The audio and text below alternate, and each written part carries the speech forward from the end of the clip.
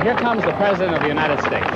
President John F. Kennedy visited San Diego just 5 months before his 1963 assassination. He's waving to all of the people along, waving to our camera right now. A photograph captures his motorcade passing by the 24-hour Rutford's restaurant.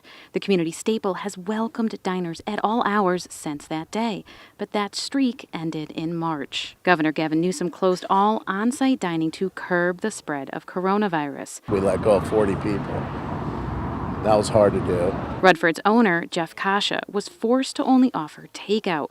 Kasha has since been stuck in a cycle of reopenings and threatened closings based on the up and down of local coronavirus cases. We put in dividers, we have masks, we have gloves, everything's sanitized. Across California, activities like dining in a restaurant or practicing your faith are controlled by coronavirus numbers.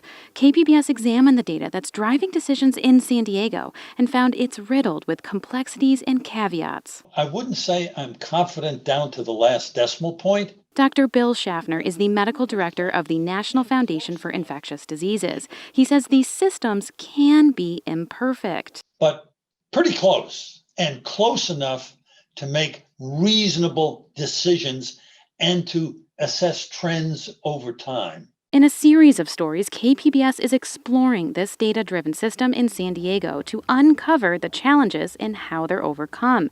And that system sort of begins with snot. You're going to go about to the mid-level of your nose. Nurse Darcy LeRae walks me through how to shove a swab up my nostril. You're going to rotate it several times around the wall of your nose. Lab machines will examine the secretion for the SARS-CoV-2 virus. That's what causes COVID-19. You might cough or sneeze. My results were negative, but thousands of snot-covered swabs from the noses of San Diegans are transported daily to labs.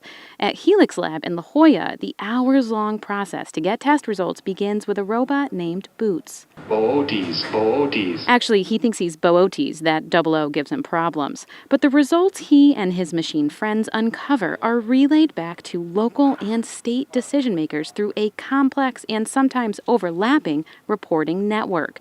And it gets a bit wonky, so stick with me. Helix only handles local swabs collected at county testing sites, so Vice President Mark Laurent says they share results with San Diego officials twice. One way is we actually send it back to the operations team that's going to contact the patient. And then to the team that tracks the data that controls reopenings, that's sent by fax. It's ancient, but it's also one of the most safe way to pass HIPAA information along. And they send it to a state team in Sacramento. So labs report both to the state and to the county. But some commercial labs report only to the state, which automatically passes San Diego results on to the county. And labs report to the healthcare providers that sent them the tests so they can tell patients. Providers also report confirmed cases to the county. The county's public health team wouldn't agree to an interview, but said in an email that staff checks daily results against its database. If they find a new result is actually a duplicate, it's attached to the existing record. But the county says some may slip through. Still, San Diego and Sacramento don't always agree on the numbers that may trigger closings. Their calculations didn't match for a bit. Thousands of results were lost in a statewide glitch. And most recently, elected county officials, including Supervisor Greg Cox, wanted the state to ignore positives among San Diego State University students. Seriously consider discounting or not including the approximately 700 cases that we have right now from SDSU students?